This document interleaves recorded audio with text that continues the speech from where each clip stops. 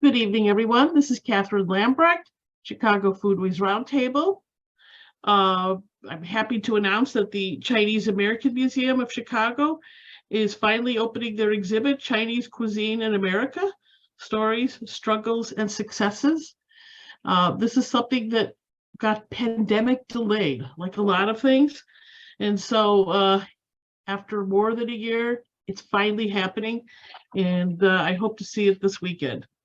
In advance of our program tonight, I just want to recall Kevin Pang, formerly of the Tribune, now with America's Test Kitchen, wrote an article in the New York Times about 6 years ago, and it was titled, "My Father, the YouTube Star." Kevin says, "Why?"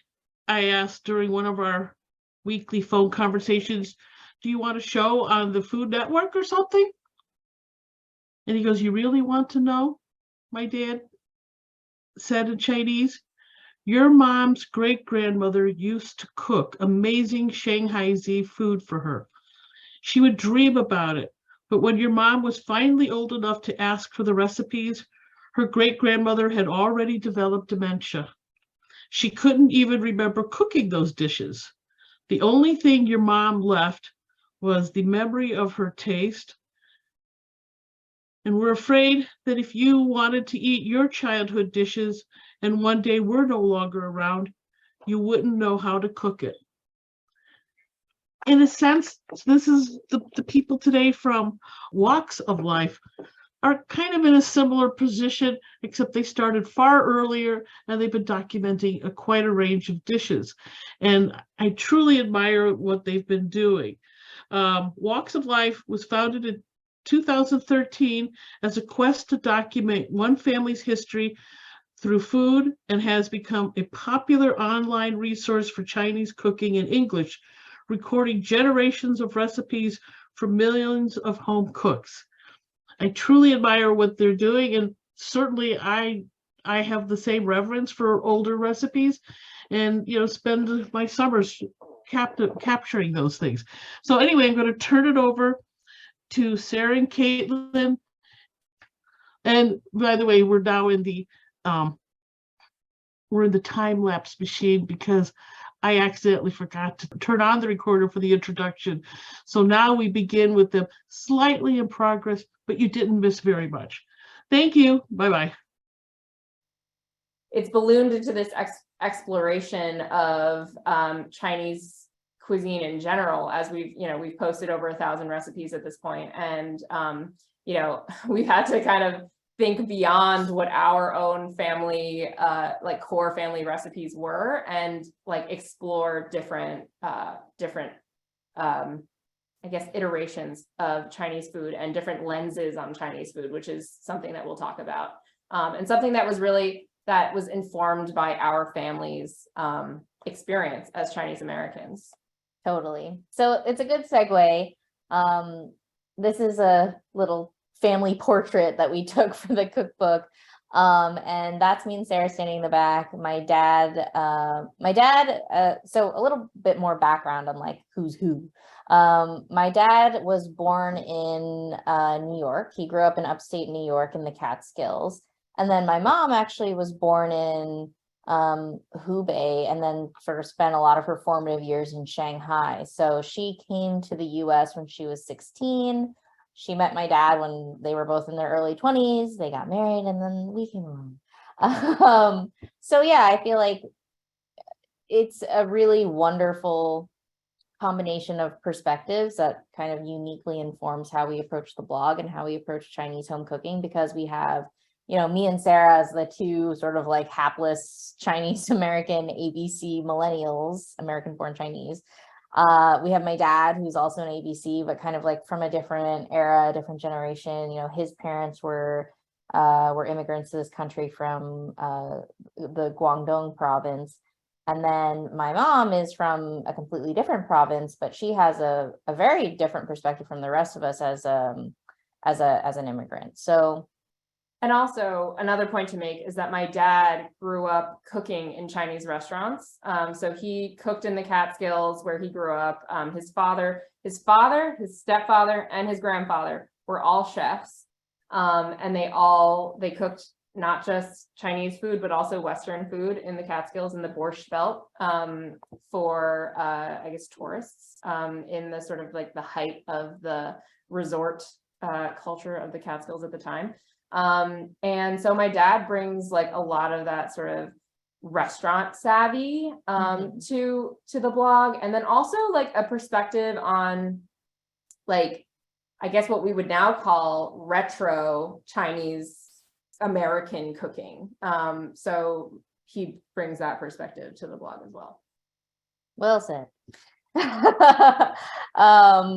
And yes, in case you all wondered, running a food blog with your family is just as challenging as one might expect, but also much more rewarding. It's challenging. So we do have a lot of kitchen squabbles, but here we are 10 years later in one piece. All right. So, like I said, we are really all four equal contributors. We each write our own recipes. And in doing that, we try to weave in stories from our family told through food from generation to generation. So something that's always been really important to us with the blog is making sure that we were kind of sharing something personal with it as well. And that's as much for us as it is for anybody else who might see themselves in the same experience. And I know like in the food world, there's a lot of like jadedness over like sharing your story and like, oh, I just want to see the recipe, and like, well, that's fine. We have a jump to recipe button. But I think for us, like a DNA of the blog has always been like that storytelling and that like exchange between the generations. And that's really like what we find also personally most rewarding too. And that's definitely something we carried on into the creation of our book. This is a very gratuitous page, just some like features of some features that we've had over the past couple of years that, you know, if you're curious about us, you can read after this, but I won't say more than that. This is our new cookbook, which is, you know, extremely exciting to write a cookbook with your family and have it be like a bestseller, no less. It's called The Walks of Life: Recipes to Know and Love from a Chinese American Family. So what we really wanted to do with the book, and we'll sort of like get into how this relates to the foodways of it all, is make it an extension of our blog, but go a little bit deeper on the family stories aspect to really show how all of our sort of unique perspectives kind of came to be and how that informed our approach to Chinese home cooking. Whoops.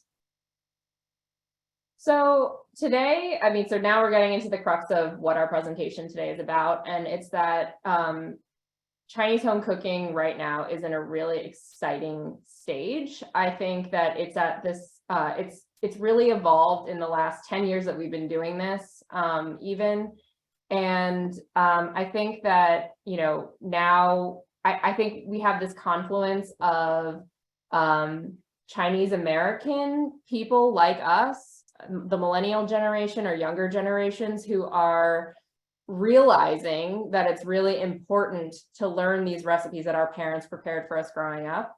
And then also non-Chinese folks who are just love the food and are interested in learning about it. And I think we're seeing more and more people who are cooking these recipes at home than ever before, and who are wanting to learn about the ingredients, wanting to learn about Chinese cooking tools. And, you know, we see that in the traffic of our blog. And I think it's also just like this idea that the perception of Chinese food is broadening. And that's really, really exciting, right? Like, I think, you know, 10 years ago when we first started the blog, I remember my sister still like kind of like rib me about this, but, you know, when we would have like a recipe like a dim sum tripe stew. This is a dim sum classic. It is beef tripe, braised, and my mom wanted to do this recipe. And I remember at the time kind of like chafing at it. I was like, oh, like, is anyone gonna read that? Like, who's gonna look at that? Like, should we do that? Is that too Chinese? Like, And that was me at, 22, thinking that. And now, like, when my mom comes up to me and is like, I want to make this like really obscure soup. It's called Four Gods soup. It has all these like random dried herbs and things in it. And I'm like, yeah, go for it. Like, of course. So I feel like our sort of like, I feel more comfortable sharing these recipes. And I think it's because we've seen that people are interested in learning them. And even if they might not be familiar with them, I think people are just interested to like read about like the cultural significance also of some of these dishes. Yeah, read about it and cook it, because last month we did a cooking class at the Wine and Food Festival in New York, and there was this guy, very nice gentleman who was not Chinese, and he was like, hey, really want to ask your mom about making this sweet rice wine, which is like fermented rice, and you kind of like have to let it sit, and it's a very like obscure sort of a taste. And oh, I see Kathy, maybe she has a rice wine experiment going. Yeah. So yeah, he was asking literally about that, which is like the ingredient to like cause the fermentation, basically. The distiller's yeast. Yes, thank you. Yes. And after the class, she was like, yeah, he wanted to make it. And she was just like pleasantly surprised that it wasn't just like Chinese people making it, and that there's actually like a broadening of what people feel like they can make at home and what they want to make at home. So anyway, just a fun little tangent. Yeah. So I think, our blog has obviously evolved, and it's been informed by the different aspects of our own experience as Chinese Americans. And I think, whoever you are out there, audience, like I think it's safe to say that you're interested in Chinese food if you're on this,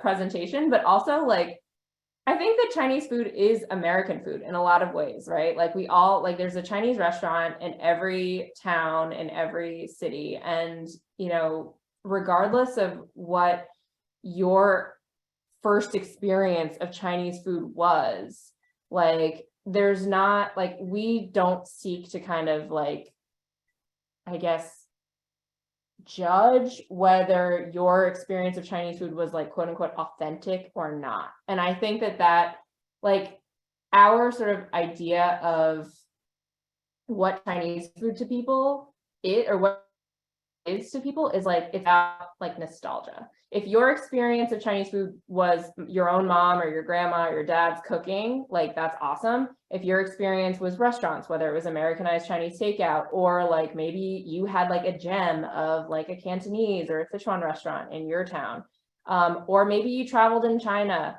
or maybe you just kind of like learned about sesame oil one day and you thought, oh, sesame noodles, like maybe that, I'm not really sure what that is, but like, I think that all of these different entry points are equally valid.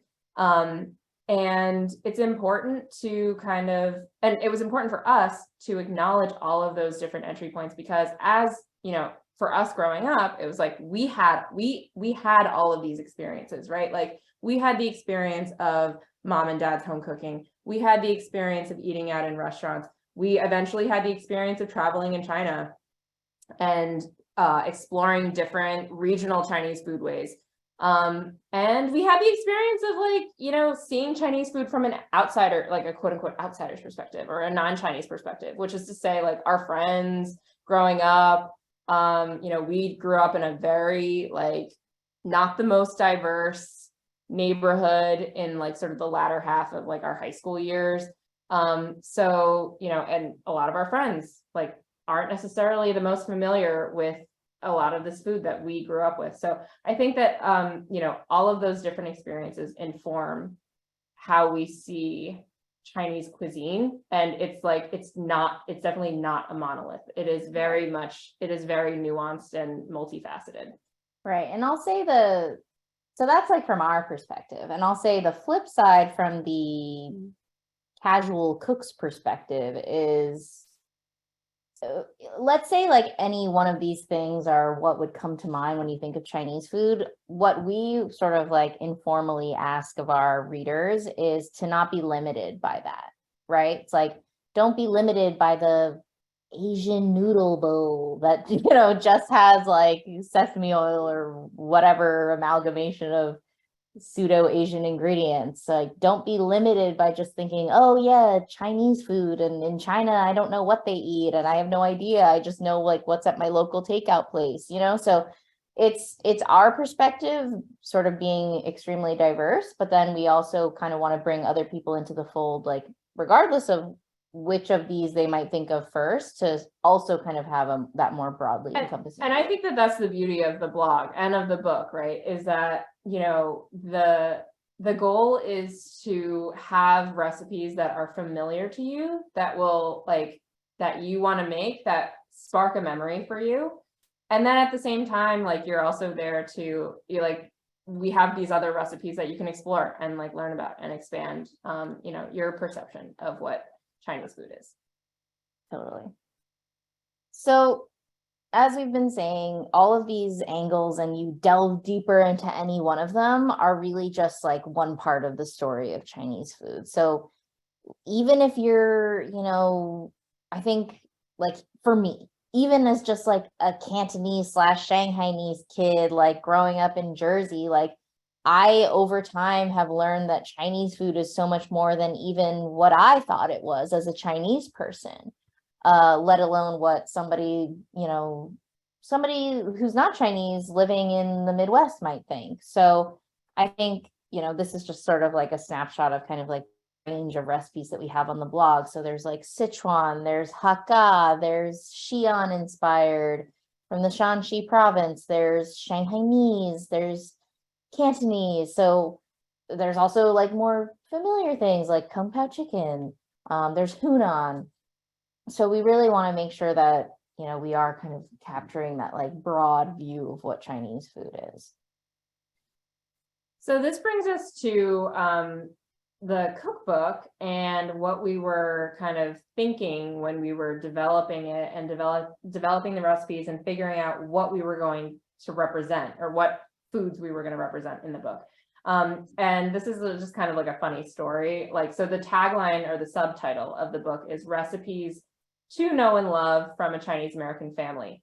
And that evolved from what my mom wanted, which was recipes you know and love. So she was trying to communicate through the subtitle of the book that the recipes in this book are going to be familiar to you. You're going to open the book and you're going to see something that makes you feel nostalgic for maybe a taste memory that you once had. And our editor was quick to kind of be well, it's not necessarily going to be the case that everybody who opens this book finds these recipes familiar. And so, of course, that was a helpful reminder. Yes, but I think it's also because we tried to be representative of so many different aspects of our Chinese American experience. I think that there is something. The idea is there is something in here that will be your entry point, that you're going to recognize, and that you're going to be oh, I love that dish, or I remember eating that, or I remember this time that I had that at a restaurant, or something like that. Mm-hmm. But at the same time, it's there are also other recipes that you may not recognize, and that this book may be introducing you to.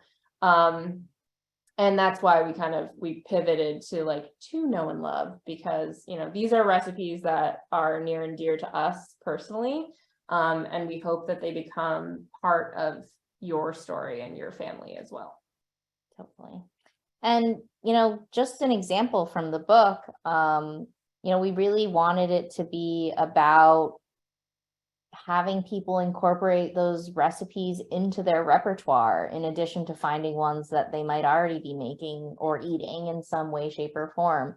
So these are 4 recipes from our meat chapter.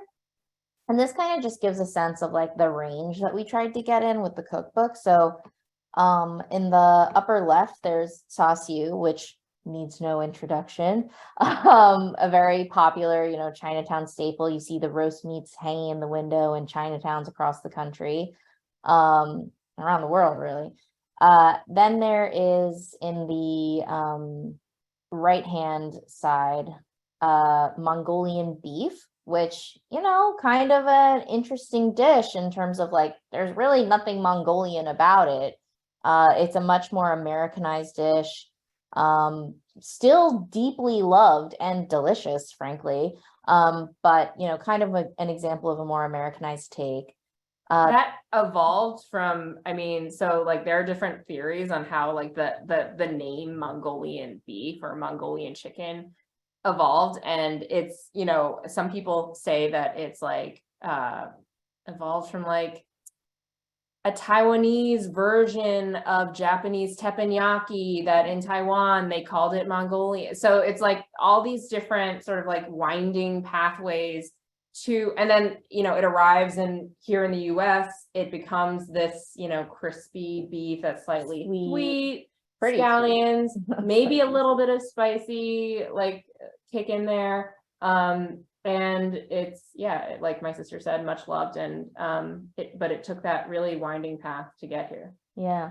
And the bottom two, the one on the right is just like a pepper, like a farm style, like pepper and pork stir fry, which is kind of like what you might find like on a dinner table on an average night in like the Chinese countryside, like a very comforting, like what Chinese people call like Nongjiao Cai, which is like country. It's like, What's the direction? I don't want to mess up. it's like Sarah's style. Chinese is better than mine. Farm style food. Yeah.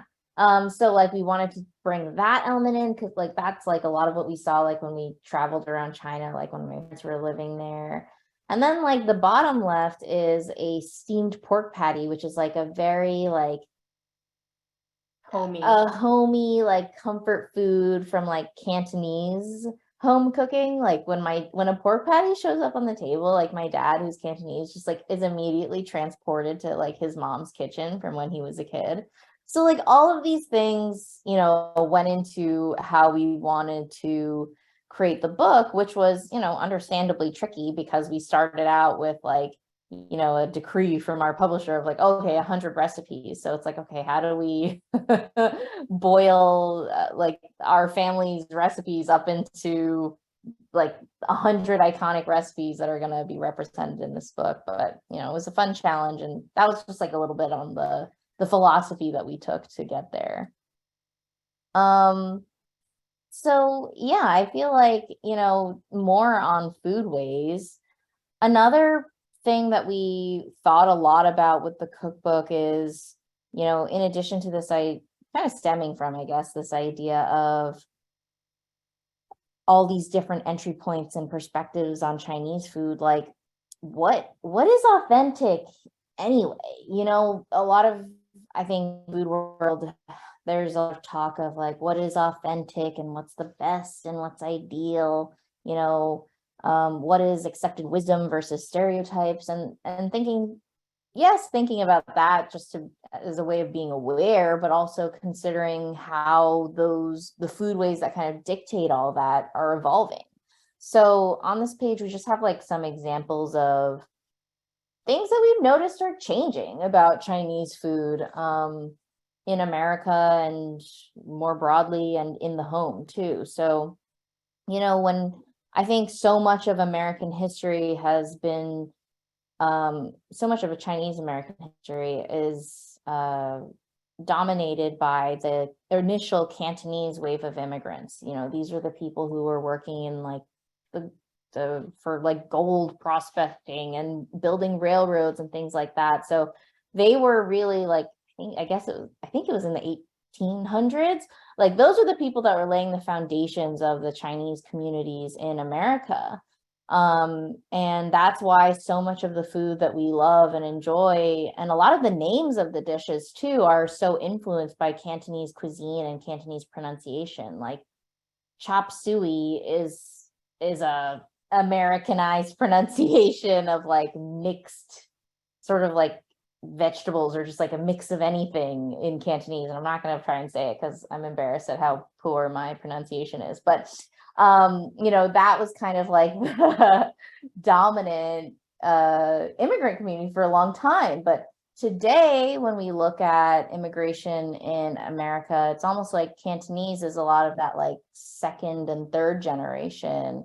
Now there's new waves of Chinese immigrants from, frankly, all over, who are bringing different cuisines to the country and kind of influencing this sort of a second wave broadening of how people think about Chinese food today, which is super exciting. But again, like a change from what, you know, we might have thought as authentic before through a more Cantonese lens versus, whereas now it's much more varied.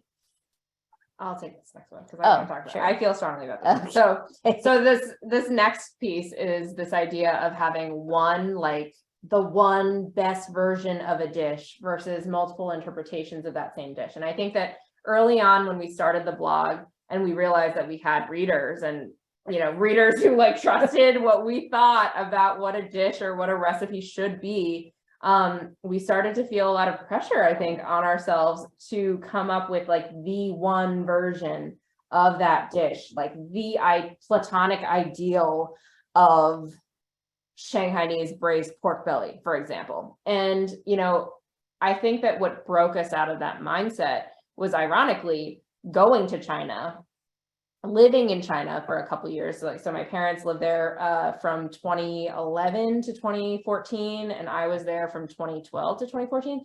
So we traveled around, we ate in restaurants, we ate in people's homes, and we just were like floored, honestly, by the variation of the same dish. So you could order a braised pork belly in Shanghai, like in a Shanghainese restaurant, that very much differed from a rendition at another famous Shanghainese restaurant. And you see chefs trying to kind of put their stamp on that dish to make it unique in some way. And so for us, like, we realized, like, wow, okay, it's really not about, I mean, I guess when you use the word authentic, or like you kind of like say that the dish is supposed to be X, you're kind of like cutting off that, like, when do you cut off the evolution of that particular dish? Like, when does that like dish like stop evolving? And the answer is it doesn't. It continues to evolve.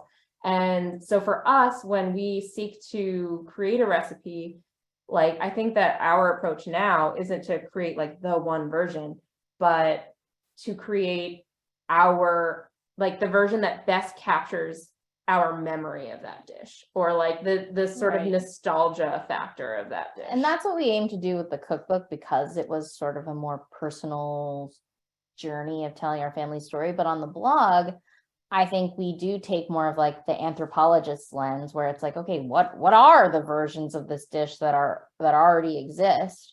Like, there's multiple versions of braised pork belly, hong shao rou. There's multiple versions of, there's like an infinitesimal number of versions of dumplings. You mean infinitesimal is small? Oh, well, you just saw in real time Sarah being an older sister, so there you go.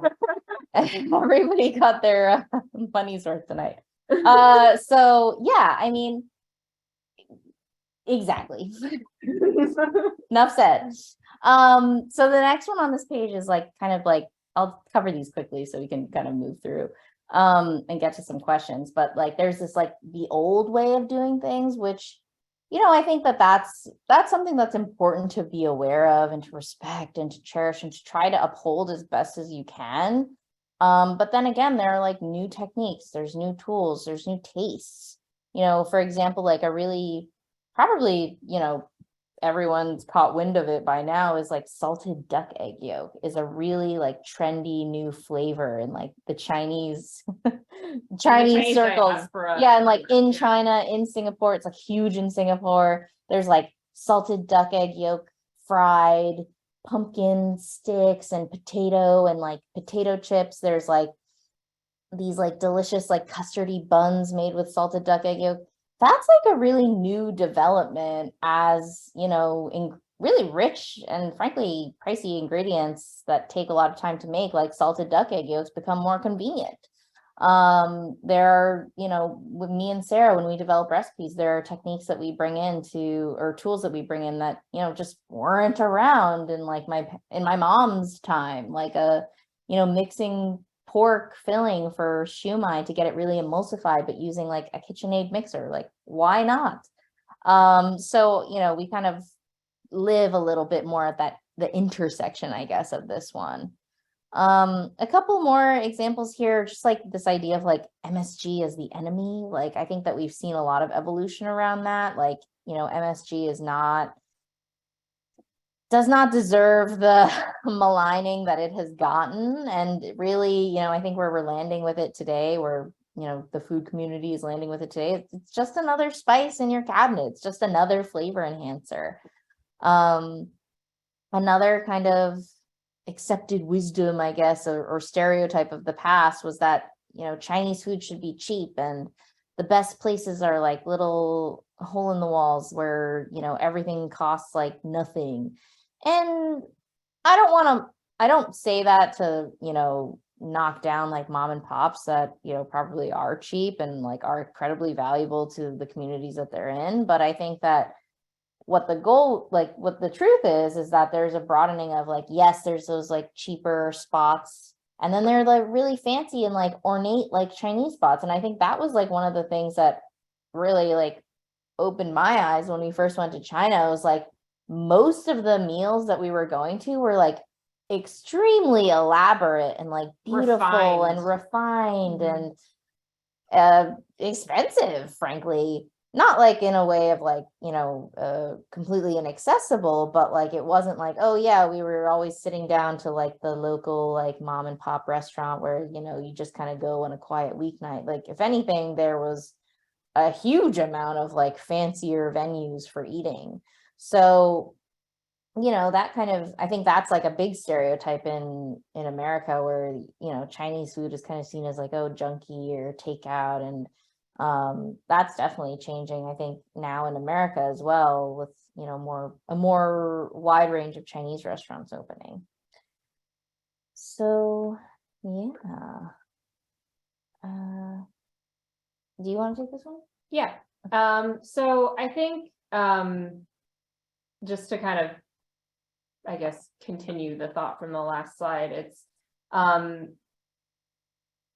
Chinese cuisine, I think, in the US is also evolving due to just like the evolution of how we eat. And I think that is universal, right? That doesn't just apply to Chinese cuisine, but also like just in our everyday lives, right? Like, today we're seeing food trends around like gluten-free items, around plant-based eating, around so many other things. And I think with Chinese cuisine, it's like it's evolving just like that, right? Like my dad talks about his childhood and just the sort of the difference in the availability of ingredients from his day to today. So when he was a kid, he and his family would drive from their home in Liberty, New York,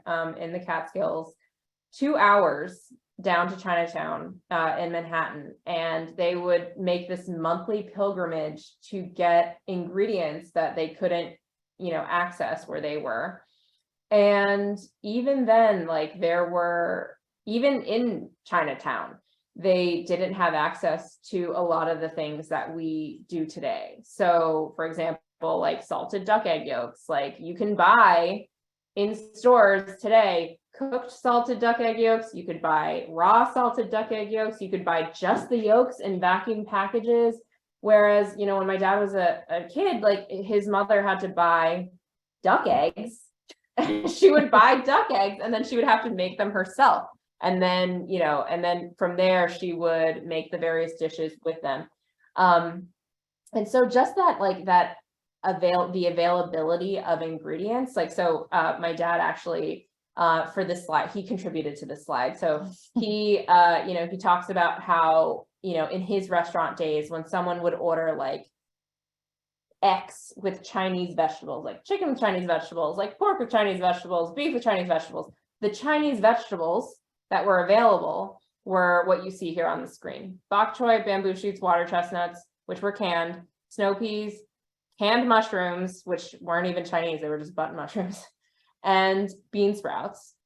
And that was basically all that was available. And particularly up in the, like, if they didn't want to have to keep like getting like like if they didn't want to get fresh produce, or couldn't get it delivered from, you know, from New York City. So I think today, you know, obviously, depending on where you live, these ingredients may not be super accessible, but I think with the advent of like online grocery shopping, especially in the last couple of years of the pandemic, we've seen just in the last few years, like stores like mom and pop shops in Chinatown will ship nationwide now. You can buy various dry goods for a really fair price from, for example, Po Wing Hong in Manhattan, Chinatown. They have an e-commerce site, powingonline.com, and you can order basically anything non-perishable or shelf-stable from them, and they will ship it to you. And so to just see the wide availability of ingredients, I mean, when we are answering comments and emails, we get emails from people all over, in like rural Montana, in like Idaho, in like Ireland, Scotland, around the Singapore, world. yeah. People who are, you know, either seeking out, like searching for these ingredients in metropolitan areas, or who, you know, are doing exactly what immigrants did when they first came here, which was make do with what they had. I think that your gherkin story is really good. Oh, Like, yeah. So there's like a very, still admittedly a little bit hard to find, of a Sichuan fermented, preserved like salty vegetable. It's called suimi yatai, and it's an ingredient that it's very hard to replace. However, there was a gentleman in Scotland who like emailed us, and he was like, I really wanted to make your dan dan noodles. It's like a key ingredient, dan dan noodles, which is like a spicy noodle dish. And he was like, I couldn't find the suimi yatai, so I just substituted minced gherkins. And I was like, that's brilliant. Like, all you want is that like sort of like pickly, salty bite. And I was like, that's like the perfect substitute. And I just thought it was hilarious and brilliant. And I think, yeah, like another example is like a northern Chinese style sour cabbage stew with pork belly. It's one of my favorite recipes. My mom developed that recipe. And if you can't find sour or fermented Napa cabbage, you can use sauerkraut. Like, sauerkraut works great. It's arguably better. I wouldn't say it's better, but it works really well. I prefer it over, because I recently made it. I went to the Chinese store. I got the pickled, is Napa, what kind of cabbage? Napa cabbage in a package. I was like, amazing, they have it. And then I made it, and I was like, you know, I almost prefer the sauerkraut because it's like more sour. It's more sour, yeah. But, you know, that's just, yeah, it's a great example, because there are sort of, it requires some creativity, but there are kind of like tastes that you can mimic if you think about it. Yeah. So long story short, like it's been amazing to see how many more ingredients have kind of made it over here, and how like the access that we have with online shopping and all that. But also, like, I think that people are getting really creative in the kitchen, and if you can't access some of these things, like, there are definitely, it's been amazing to have like this community at the Walks of Life of people who are sharing substitutions that they're making, or, you know, workarounds that they have to make a recipe work, even if they can't find the particular ingredient that we called for. Mm-hmm. And, you know, just a fun little sidebar on sort of the ever-changing foodways and like how people are kind of deal with what they have. There's, when you think of Chinese American food, like you kind of, depending on who you are, you go through the like Rolodex of classics or like stereotypical dishes, but there's actually a surprising amount of variation even within our country. And we've discovered some of these, but just by happenstance of talking with readers where, for example, like it's just some that we called out here is like shrimp with lobster sauce, which is like shrimp and it's kind of this like viscous sauce with like an egg, sort of egg drop suspension in it.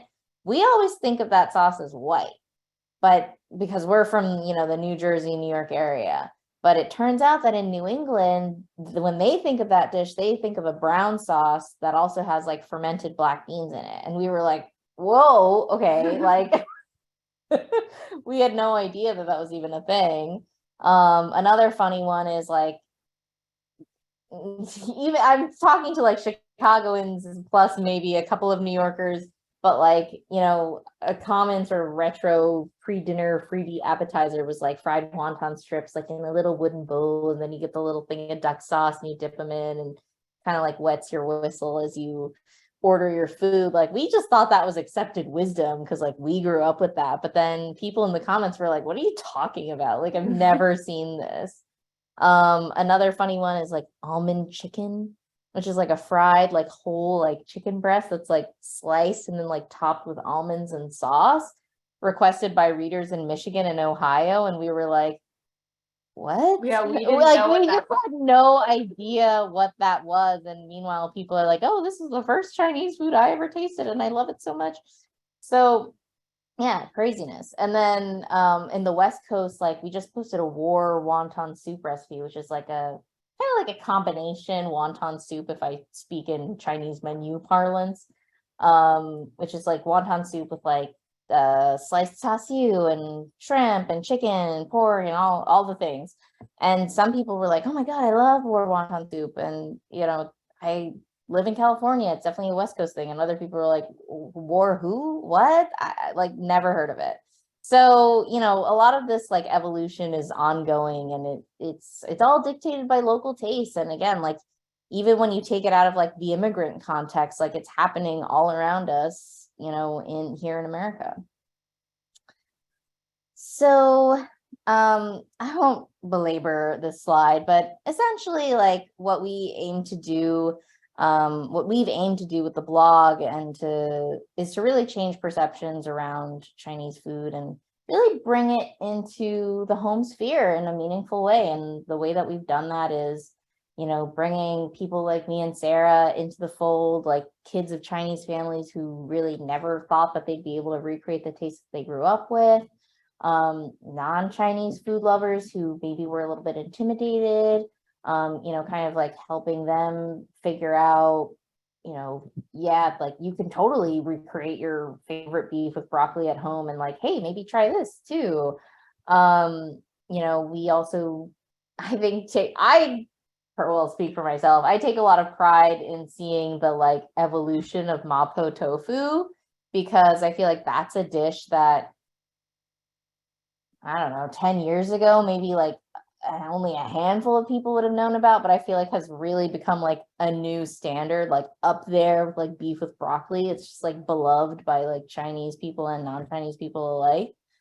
And yeah, so like an exciting consequence of that and something that we actively try to do is really just continue to like beat the drum of like all of the different cuisines from all of the different provinces and kind of just showcase them. And that's definitely the goal going forward for the blog, is for us to expand our minds as well and our experience of Chinese food, because we definitely came at this from our family's perspective, right? Shanghainese, Cantonese, and then where we have traveled. But we definitely have more traveling to do and more exploring to do. So we're going to be sharing lots more recipes from lots of different regions of China, and yeah, keep going. I remember early on in the blog's life, my dad saying like, one day we're going to run out of stuff. We're just going to like run out of stuff to make. And I was like, really? I was like, I don't think so. And now like we're like, definitely not. There's so much out there that we haven't tried and that we haven't shared. And so we'll keep going. Yeah. So I see that the chat box is a hot meeting place. There's many questions. You So want me to read the questions to you, or I mean, I can do it too. Through. So okay, fine. I'll start. Can I ask a question?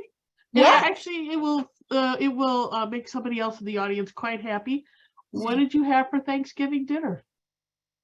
Oh my gosh, Thanksgiving. That's such a loaded question. Well, I'm sorry. No. I'll tell you what I did if you will make you happier.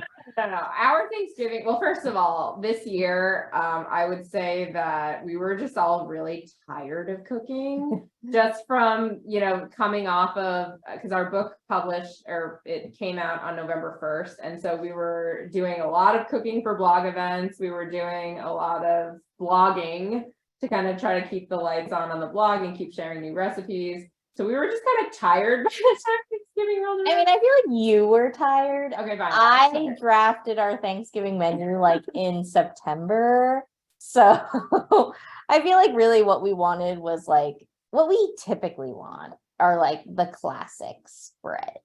Yeah, So there's no Chinese food on our Thanksgiving there's table, rarely generally. any innovation. rare. I would say we definitely post it for on the blog because my mom is one of the people who grew up being like, I don't really care about Thanksgiving. I don't really like the taste of anything. So we'll do like kind of more fusion inspired recipes with that in mind. And we have a pretty delicious, like gluten-free sticky rice stuffing that we like when, Sarah's sister-in-law is gluten-free. So we cook it for her. But yeah, I mean, I just say it's like kind of a loaded question because it's one of those funny things where it's like I feel like I almost feel like sheepish when I'm like, yeah, there's nothing really Chinese about it. Well, I think that it totally depends on who we have over for Thanksgiving. Yes. So if it's just us and like my dad's sister's family, so our cousins and my dad's sister and her husband,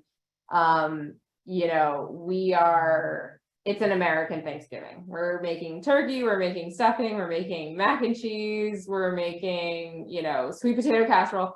But if like extended family are coming, and that includes the elders who, they're expecting rice, maybe a fish to be there. One time our great grandmother, who is now 104, she came to Thanksgiving and she brought with her own homemade pickled mustard greens, a chicken, and she like cooked her own dinner. Like she was like, I'm not eating any of this Thanksgiving stuff. Like I'm just gonna cook this like chicken with pickled mustard, which is delicious. We have the recipe on the blog if you're interested.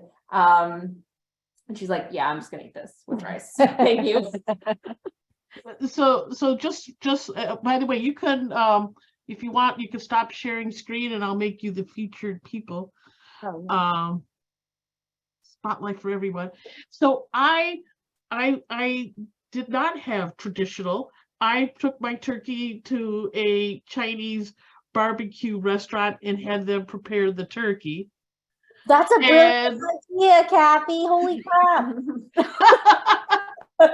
Well, my nieces are the big traditionalists and they were not coming this year. So I felt I could get away with doing something very different. And then I made Mandarin pancakes. I made the ginger garlic. I had the hoisin sauce. I brought egg rolls from that restaurant because they're really good. And, I have enough things to deal with. But I still put cranberry sauce. I still had a Jell-O mold. And then I made, there was other things that I probably have forgotten, but for dessert, I think like Atlas Obscura back in September had this recipe floating around of the dessert that was served to the astronauts from Apollo 11 when they had at a White House dinner. And that's what I did. Normally it's the traditional dinner. So I that the day after Thanksgiving, it's always turkey congee. Turkey, so it's with rice, with the turkey carcass. That is what we do with the turkey carcass every single year. And it's my mom's like favorite. So like after Thanksgiving, after all the plates are cleared, like the first order of business is like Getting somebody has the to make the turkey carcass into the pot. getting the stock turkey carcass pot. of the pot, adding the water, adding the rice, and getting that going so that it's ready for the next morning with a little bit of cilantro, scallion, ginger, red pepper. Delish. It sounds great. I love it. Okay, I'm going back in time to read them in chronological order. Is home cooking very different than restaurant cooking? I think this was an interesting question from Jeffrey because, I mean, in the world of Chinese food, I would say there are things that are the same and there are things that are different. Like there are certain dishes where you just expect it to taste as good regardless of anything. So like I think like tomato with egg stir fry comes to mind. Like that's a dish that just like doesn't really change. It's not like in America, I don't think, or at You least don't I really haven't find that. You don't find that in restaurants around You here. find it in, like chill restaurants. Yeah, you can. What do you mean? Here or in Yeah, China? here in Oh, China. I you mean can. in China. Oh, Just as a control, I guess. But yeah, like there are certain dishes like that where it's not like there's like an 11 Madison Park where it's like deconstructing the egg with tomato. At least I don't think there should be, but that's just my opinion. But I think there are moments where there is more of like restaurant execution of like what you would expect, like Chinese restaurants, like kind of what we were talking about, like those more refined venues for dining, like there's a lot more care taken with the presentation of the food, and they might add like more sugar and like to make it glossier and more tasty, like what you would expect, honestly, restaurants to do, right? They kind of like amp up everything, whereas at home it's a more practical game. there are also, I think, dishes that show up at home that don't show up in restaurants. And the reason for that might be like, they take a little bit more time to make, or it's just that like maybe it's like that particular dish is seen as like the domain of like the home kitchen and not something that you would eat at a restaurant. So like I'm trying to think of an example, like the steamed pork patty that we showed in that slide from the meat chapter. You generally don't see that. It's a Cantonese dish, but if you go to a Cantonese restaurant, you're generally not going to find that on the menu. That's something that's either you have to make, or your mom or your grandma or your dad has to make it for you. And yeah, so I think that there are just like some dishes that have that kind of like homey DNA that don't usually show up at restaurants. Yeah. So the next question is, how does one deal with wok cooking on a home range? It seems like the heat is never high enough. So yes, we feel you. That is like, that is a big challenge. As you can see, I have an extremely regular stove. Yes. Yeah. So at our parents' house, they have a range that actually has a wok burner in the center. And I think the wok burner reaches like some like 18,000 BTU or something like that. Nowhere near restaurant still. Yeah, still nowhere near what a restaurant hot. would get, but better than what you might see on an average stove. And my sister and I both live in apartments, and our stoves are very normal. And I would say that for me personally, what I do is so I bought it's a cast iron wok ring, and I just take the cast iron grate off my stove and I replace it with this wok ring. And actually it's not the perfect fit. It's like not actually, it's fine. It's fine. It does the job. But the wok like just sits a lot closer to the flame when I use that. And I think if you don't want to like kind of go crazy with like getting different equipment or replacing your wok grates or your stove grates or anything like that, what you can do is just be really mindful of a couple things. So I think what we're talking about, by the way, just to like preface this, I think what we're talking about right now is like this concept of wok hay, of getting that sort of like wok seared, the breath of the wok flavor into your food, which it creates this really savory, kind of like almost like what you get from grilled, grilled food, but not quite. It's like hard to explain it. It's its own thing. You definitely, if you've been to a really good Chinese restaurant, you've definitely tasted it.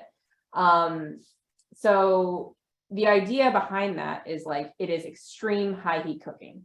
And so how do you achieve extreme high heat cooking with a regular stove? So one way, like I said, was just like somehow getting your wok closer to that heat source. But also, what you can do is you can cook in smaller batches. So if you're not kind of putting too many ingredients into your wok at once, it won't cool off the surface of your wok as quickly. And so you'll kind of retain more of that heat, and you're not, what can happen if you put too much stuff in your wok at once is that you get this kind of like almost like a soup, like you get like a lot of liquid coming out of the vegetables. It really cools down that wok, and then you're kind of like the wok hay like magic is over. Yeah. So cooking with less stuff, preheating the wok really well is key. So Patience. you want first of all, you want to use a carbon steel wok, because nonstick woks, it's not safe to heat them super hot. So get a carbon steel wok and heat it until it's starting to like smoke. Like you'll see like little wisps of smoke coming off of the metal. A dry wok. A dry wok, yes. No And then once it's smoking, then you add oil, and you'll see even more smoke come up, because like the oil is like it's like at its smoke point. And that's when you have to move quickly. That's when you have to prep. Add the food, stuff goes quick, and that's why like a lot of our recipes are like focused on like mise en place, like getting you like where you need to be. And like there's also like, we point out like when there are like time pockets where you can like prep like the last couple of things or whatever. One hack that I like, because the thing about the wok is like, yes, it's the high heat, but like in a restaurant setting, the flame that's like coming up from the wok is so huge that you get the flames like licking the fat. And like maybe people have heard of like J. Kenji Lopez Alt's like kind of unique hack, which is like a blowtorch on the food that kind of mimics the effect. But what I do, which is much more lo-fi, is like when I have the food, first off, if you're feeling ambitious, you kind of can like test your tossing game with your wok. If you're not so ambitious, which I am not always, is sometimes I honestly just tilt the food so that it's like hovering, so that the flame is just like hovering right at the edge, like nothing's spilling. I don't want anybody to have any accidents, like nothing's spilling, but like it kind of just, the flames lick up into the wok like it would at a restaurant. It's not as like intense as like a wok chef, like really like tossing everything like high into the air, but that's like a little hack that has worked well for me on this like tiny stove in my small wok. Years ago, Grace Young did a program with us, and her comment was put like the shrimp or whatever in the dish and leave it alone for a minute. Yeah. Let it get that, caramelization going. She says everybody with stir fry, they just keep moving things around a little too much. Yes. There is that perception that like it's stir frying. It's like, oh, I have to constantly be doing it. And yeah, you kind of hurt yourself along the way. Yeah, I mean, right. It depends on the heat that you have, right? If you're in like a restaurant kitchen, you can't really let the food sit. But if you're at home and the heat's like kind of taking a minute to get back up, then you can just kind of like let it sear or whatever it is that you're cooking. You can let By the way, do you guys have any backyard? Do you do any backyard cooking? Because I've heard from some people, like from the Chinese museum and such, there's these like really blasting gas things, like several 100,000 BTU. Yes, people are super dedicated to the like pursuit of wok hay, and they buy these outdoor wok burners that are propane powered. And those get really hot. And we haven't gotten one yet. We should. We've talked about It's time. And I think, I think it's time for our kind of like outdoor, like wok tent, like, just put up like one of those like tents, and then just like put one of those maybe like a little plastic table for your ingredients, and put one of those, get a rig. Yeah. Yeah. I think that we're definitely thinking about that. So the next question is, why doesn't Chinese cuisine offer dessert? So I want to address one semantic point. Oh. So I would say what I would interpret the question, and kind of brings home the point of the presentation is, right? It's like, why don't Chinese restaurants in America typically offer much of a dessert, right? Because in Chinese cuisine, there's loads of desserts. We just don't see them here that often, or it depends on where you go, or it's mostly the domain of like a Chinese bakery or like a little cafe that like specializes in it or something. But like, yes, totally hear you. At an average Chinese restaurant, you get the little freebie fruit platter at the end, or here in New York, we go to Wu's Wonton King and they give you this like mango pudding, like little gelatin thing, which is delicious. But there's actually like loads of other Chinese desserts, like Chinese dessert soups is like a very like slept on concept.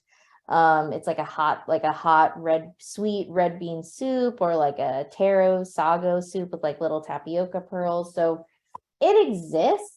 I would just say that I mean, maybe I will, go so far as to say that Chinese people aren't as big on sweets as they are on savory.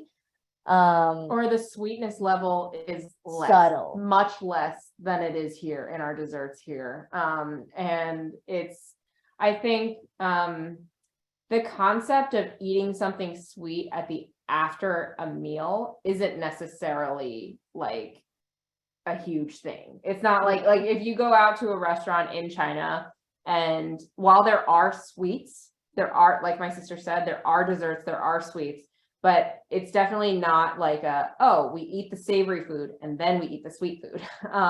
It's like more like, okay, like this sweet thing is something to enjoy on its own, maybe, or like, like it's a special time of year, we're gonna make this, we're gonna have like I don't know, a sweet rice cake like niangao around Chinese New Year, for example, or a moon cake around Mid-Autumn Festival. So yeah, but like my sister said, there are some really delicious dessert soups out there. I just blogged one yesterday. So we're coming out with that post soon.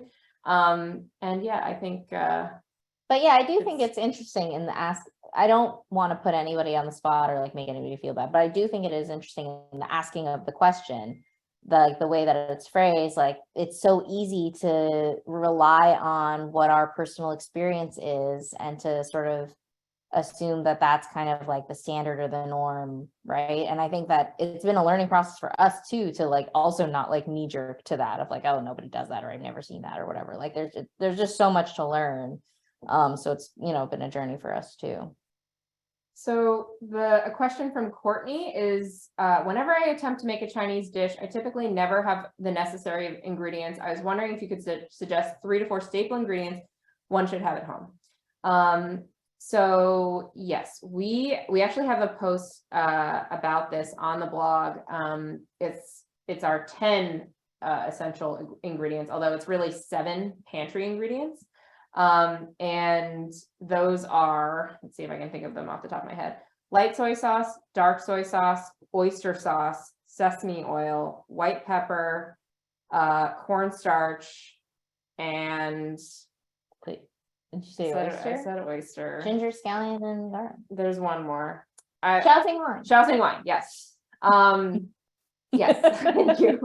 And with those ingredients, which you can buy like online at Po Wing Hong or any like umami, there's like Umami Cart, there's saywee.com, there's yamibai.com, there's justasianfood.com. There's so many of these online sources now. With those ingredients, you can make the lion's share of recipes on our blog. I would say, there are, depending on what you're looking to make, you might need some maybe dried shiitake mushrooms. Maybe you'll need rice vinegar. If you can't find those ingredients, we can talk about substitutes. Chinese light and dark soy sauce are really important. It's pretty important to have both. If you can only find regular soy sauce, you'll find that in a dish that has maybe a rich amber color, you're not getting the same color at home, but the flavor will still be close to what it is meant to be. For Shaoxing wine, you can substitute a dry cooking sherry. That also works well if you're gluten-free, because Shaoxing wine is fermented with a little bit of wheat. So if you have a gluten allergy, dry sherry works great. And with oyster sauce, if you have a shellfish allergy, oyster sauce is pretty like available now, I would say. But if you have like a shellfish allergy, they make vegetarian versions that are flavored with mushrooms. And yeah, sesame oil, just make sure you're buying toasted sesame oil, so it should have like a dark color to it. Toasted sesame oil is brown, and raw sesame oil looks like vegetable oil, so you'll know the difference. Somebody asked, like, when do you use one versus the other? And honestly, this was like a funny consequence of writing the book, because like our editor insisted on like clarifying like toasted sesame oil, and we were like, sesame oil.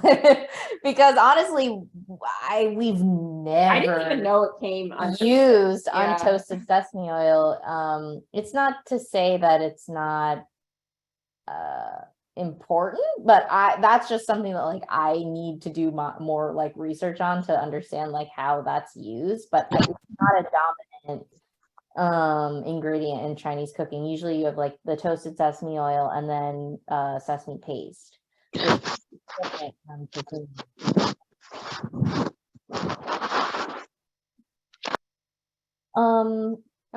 This question from Nicholas, recipe development questions. Do you use style guides, and how hard do you work on your food photography?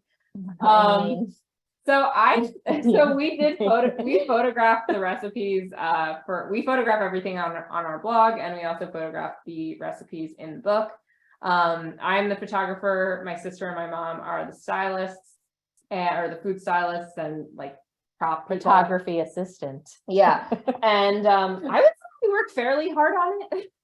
It's like kind of like one of the most stressful aspects of any kind of like blogging or cooking shoot, is just like making the food look good is actually kind of challenging sometimes. I think we've learned a lot of tips and tricks over the years. You know, you definitely want to get to it really quickly. Like when the food comes out of the wok or comes out of the pot, or like we plate it, it's like we're running to get it photographed, because you know, when the food sits around, it starts to look like a little bit tired. It loses its vitality. It loses its like just cooked vitality. So we definitely I would say we work pretty hard. Yeah, I mean, the hilarious thing is like it's not hilarious, but it's like a revelation to me. Like food stylist is like a job. Like that's like one person's job on like a cookbook shoot, is just to style the food and like come with the props and the whole thing. So yeah, we're kind of all like wearing many hats in that sense. A great question, honestly, and if anybody has suggestions, would love to hear them, of really good Chinese restaurants. Any recommendations for same in the greater Chicago area? Speaking of really good Chinese restaurants. So we've been to Chicago. I actually wrote a Chicago travel post on the blog that was like amazing and hilarious, because there was a huge debate in the comments about like the Chicago style pizza relative to the like Italian beef sandwiches, relative to the hot dogs, the whole thing. Honestly, it was tough for us to find Chinese restaurants. I feel like in that moment, we probably fell prey to the Google algorithms, because I think the most popular one was Ming Hin, which has like multiple locations. I liked Ming Hin. I liked it. I liked it too, but it just didn't seem like there was a ton else that was like super popular and notable. If you come to Chicago again, we could maybe help you. Yeah, totally. Yeah. At least I could be a resource. How's that? I can even treat you. My sister-in-law lives in Chicago, so I go there fairly like at least once a year. So I would love these recommendations. Yeah. Okay. But yeah, Ming Hin is very good. And their Malaiko, like of their dim sum selection, it's like a sweet cake, like a brown sugar cake, delicious. One of the best I've ever had. I also ordered a beef with bitter melon there that was like really good. Yeah, they do very well. satisfying. But I will say, it's speaking of foodways, all of the food there we noticed was sweeter than what you find in the New York restaurants. And I think the hunch That's is interesting. that it's like a little bit more of the Midwest taste. I think they cater more to the, like, it's not like garishly sweet, but it is a little bit more sweet. Just a little touch like more everything. sweet. Yeah. A question from Penelope. What brand of oyster sauce do you recommend? Lee Kum Kee premium oyster sauce. So Lee Kum Kee makes multiple oyster sauce. Lee Kum Kee is actually, if you didn't know, the inventor of oyster sauce. So that brand, the founder of that brand actually founded the brand on oyster sauce. And they make various versions of it. They make a regular version and they make a premium. The premium will cost like maybe $2 or $3 more than the regular, and it is worth buying their premium version. And I hear a lot of people recommending another oyster sauce called Mega Chef, which is, it's a little bit more expensive. We found that Mega Chef oyster sauce is great for like using oyster, if you're using it as a condiment, like if you're pouring it over like blanched greens or something like that. Mega Chef works great. It's a little bit, it's actually quite a bit sweeter. It's more mild. It doesn't have as much oyster flavor. And it's more pourable, which also makes it better as a condiment. But I would say for cooking, Lee Kum Kee premium oyster sauce always. It's king, and you'll see if you go to a Chinese grocery store, that's one of the sauces where there's very few competitors because there's just no competing. I mean, I will say did you say this already? It's the one with the woman in a boat on the bottle, not the panda. Yeah, not the panda, the women in the boat. That's the bottle that you want. They're both Lee Kum Kee. And the panda one is fine. But also Lee Kum Kee does make, if you are gluten-free, they make a gluten-free oyster sauce. And that is a green bottle with a panda on it.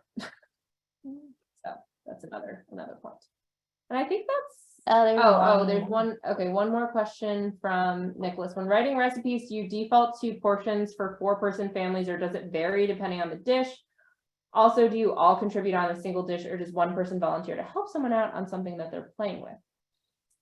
You want to take the first part? I'll take the second part. Yes. So I would say that when we first started, we were defaulting to 4. Now we're probably defaulting between 4 to 5 because Sarah got married, lol. But yeah, and that's why in our recipes we have like a slider to be able to multiply the servings. So if you're cooking for 2 or if you're cooking for 6. But yeah, usually I think when I develop recipes, at least I usually have like 4 or 5 people in mind, and that's it. Yeah, and I think it's partially, or sometimes recipes there are recipes that feel like it's like, oh, this is for a single serving. Like this is like, right, maybe like simpler recipes, like my mom's like mixed rice that is like very much like a kind of emergency dinner, like if you don't have anything in your fridge and you're like, what do I eat? Right. So she made that as like a single recipe or a single person serving that you can multiply. And I think you kind of approach thinking through quantities the way that you would think through like ordering at a Chinese restaurant. Like when you kind of say like, oh, like is one dish enough? Or do I need a few dishes? And usually, like sometimes we'll get feedback of like, oh, this wasn't enough food. But I think the Chinese sort of classic way of kind of crafting the mealtime table is like a handful of dishes. So you kind of say like, oh, I'll have a mapo tofu plus this, and rice. And if you only want to make mapo tofu, then you kind of say like, oh, okay, like maybe I'll just like bump up the quantities a little bit to make sure I have enough. And the second part of the question is, do you all contribute on a single dish, or does one person volunteer to help when someone else is playing with? Okay, so I would say that our process is generally, and this is like as much to keep the peace as anything, to each individually work on our own recipe. And it's like, it is very much like my sister's recipe or it's my recipe. And sometimes like we have to remind each other, this is my recipe. Thank you very much. Because, I think that we all individually have ideas, and we all bring those to the table. And how it goes is like, we each individually develop the recipe. We'll ask each other questions sometimes of like, as we're developing, like, oh, what do you think of this? Or should I do it like this? and then we cook it. All four of us tries the recipe, and then we'll give our feedback at that point. And sometimes like it is just like that's great, tastes great, like no notes, no comments. And I think when you get that kind of like feedback for any of us, it's like really exciting because you know that you nailed it. So Rare, but yeah. well, not rare, but it's a cutest path to get there. Yeah. So can I finish with a couple of questions? Sure. So I'm going to embarrass myself, but you see this carton of eggs? Yes. These are salted eggs. Mm. These were made back in March, Okay. maybe February. This was when eggs were still cheap. The good old days, the ones we would like to remember fondly. And then I kind of forgot about them. In fact, when you guys brought up the duck eggs, then I ran and unearthed these wonders. Some of them look a little discolored. Look like that one right there. Yeah. This one here at the end. Some of them look okay. So, what do you think? I should probably just throw away the ones that have the dark color because that's probably nasty. But the other ones, do you think I should just give it a shot and see what happens? Are they? I know. I'm not trying to put you on the spot. I'm actually putting myself on the spot. Are they cooked or were they hard boiled or are they? No, these were raw salted, as I recall. I'd have to go back to look at what I was. Do you have one of these on your? Because I don't remember right now who I borrowed the idea from. But any case, they're Yes, just. you have a salted duck egg recipe on the blog. And I will say that when they're cooked, they do store longer than when they're raw. So I would say I'm not positive on the shelf life of a raw salted duck egg. March is a long time. So I'm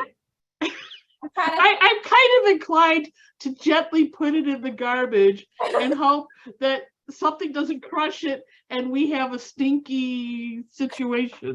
So actually, okay, Kathy, real talk. So when real life. so I just made a recipe using salted duck eggs. So when you crack the egg open, it shouldn't smell bad. It should just smell. It should just have this like almost minerally smell of like the egg, but just like like when you crack open a regular egg, there's not much smell. But when you crack open a salted duck egg, I guess in this case, of what I'm thinking of, there's just a slight change in aroma. It's not like it's really like different. So like if you cracked it open and it smells like even remotely bad, then like definitely like abort mission. But if it doesn't smell too bad, you could try cooking it and eat a small amount, but like, I don't know, for your safety, maybe not. I could treat it like a poisonous mushroom. You could taste and then immediately spit it all out. So you got the sense, but not the death, By the way, somebody did ask, what's the shelf life for century eggs? Oh my gosh. That's Like, honestly, like, it's like, actually, no, mom has our mom has been like, yeah, we should throw these away. So I think they're never on the box. I've eaten salted duck eggs after almost a year. Okay, yeah. thanks, Shirley. Yeah. Okay. Yeah, no, I think that's like some of these things, like honestly, like they are preserved to like I'm thinking of like fermented salted black beans, like those don't go bad. As long as you like always handle them with a clean utensil and you keep them in the fridge and you keep them in the package, they just like don't go bad. They're just, I mean, you can keep them for probably like 3 years without them going bad. With eggs, century eggs, honestly, like, I don't know, like I would say maybe like a year. I think a year is safe, yeah. And it's one of those like eyes and ears things, Right. like as you eat more century eggs, you sort of start to know what it should look like. I will say sometimes you cut open the egg, the yolk is very firm. Sometimes you cut open the egg and it's more gooey. Both are fine. But yeah, like I think like if the white looks weird, like the white should look like dark colored gelatin. Should look like blackish brown gelatin. And if it looks like mottled or cloudy or weird, like I would say that's when I would start to be like, let me go get some new ones. Steve asks, would Andrew Zimmern eat them? Andrew Zimmern would definitely eat them. And actually, hilariously, when we were younger, we on an episode of Fear Factor, century So eggs funny. were like on Fear Factor as like the gross thing that they had to eat. And I literally was watching, like my mom was watching it too, of like the contestants were like, their eyes were watering. They were like about to throw up. I'm like, my mom's like, just give me some soy sauce. Like, I'll win the $50,000. Like, it's fine. So funny. Okay, just one last thing. So the yeast balls, Yes. these I happened to purchase here in Chicago, but the first time I encountered them was at a Burmese market in Fort Wayne, Indiana. And they were selling it two ways. You could buy the yeast balls and make it yourself at home, or you could buy the already processed rice. And the rice was nicely flavored, and there was like the liquid, which was sort of like Shaoxing wine without the salt. Yep. So this has been, so I occasionally make some, and I was at a Christmas party last week and gave out a few of these, and people were like, I read what you wrote. Like, good, like it was sort of sinister there. This was fun. I hope you had a good time. Yeah, this this was was really fun. fantastic. Love this conversation. It's great. Yeah, and we all learned something, which is what I like. And I do love Chinese food. That's like, I'll sometimes do the, I'm gonna look for Chinese food, but here's what I have at home at the moment. Yes. And whatever pops up, that's what we make that day. Exactly. No, that's great. Yeah, thank you so much, Yeah. everyone. It's been like really great conversation, and like love all the questions and the little comments in the chat are so awesome. And And when you come our to like Chicago, couple of people who were bravely cameras on. Love to see it. yes. And so we'd be, if you're in Chicago sometime, we can help you pick some restaurants. Maybe Love it. even meet you if you'd like. Yeah, no, Yeah. Kathy, we will be reaching out. Terrific. Well, Merry Christmas, if that's okay. Do you do Christmas? Yes, it's fine. Great. Merry Christmas, Happy New Year, and good luck with everything, everybody. All right. you. Thanks so All right. much. Happy holidays, everyone. Bye, everyone. Thank you. Bye. We're just looking to end it. Thanks again. I think I guess we're not quite over. Well, I'll make it over.